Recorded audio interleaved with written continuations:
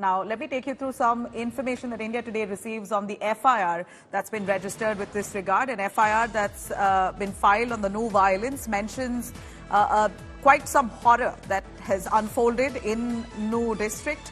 Nalhar Shiv temple witnessed quite a riot frenzy. As per the FIR, rioters chanted some slogans and mobs fired at the cops and pelted stones. A mob armed with illegal weapons and a few Shiv devotees were fired at by the mob. Rioters, we believe, fired on the Shiv temple as well while the violence broke out. So these are mentions in the FIR to suggest that the Muslim side attacked some of the yatris, those who were on their way while passing through Nu.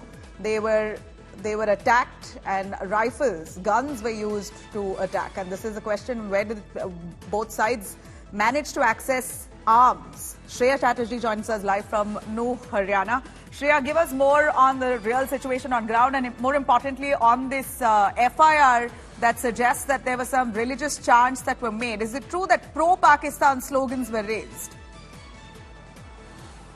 Nabila, you know, this is as per the FIR. This is the first information report that has been filed on basis of a complainant who is suggesting that allegedly pro-Pakistan slogans were raised near the Nalhar Shiv Mandir, where at least 2,000 people had taken shelter when the violence broke out. Remember, people had to be rescued from the Nalhar Shiv Mandir. Allegedly, pro-Pakistan slogans were raised is what the complainant has to say, and the same has been mentioned in an FIR. We also do understand that there was heavy stone pelting and firing in the vicinity of the Mandir. Now, these are facts that will be ascertained and only then the action will be taken. But this is the first information report that has been accessed by India Today, which suggests, as per the complainant, that allegedly pro-Pakistan slogans were also raised in Nu when the Shiv Mandir in Nalhar had come under attack.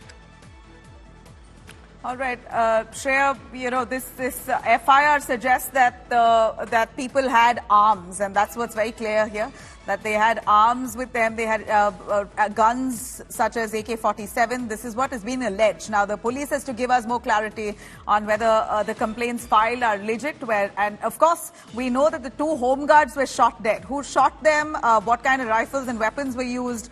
That's yet to be established, but from what we know here, it's quite clear that there were weapons extensively being used. Apart from stones, there was guns that was very much part of the riots, and both sides were armed. So really, who is to blame? How did this pass every security check is the question here.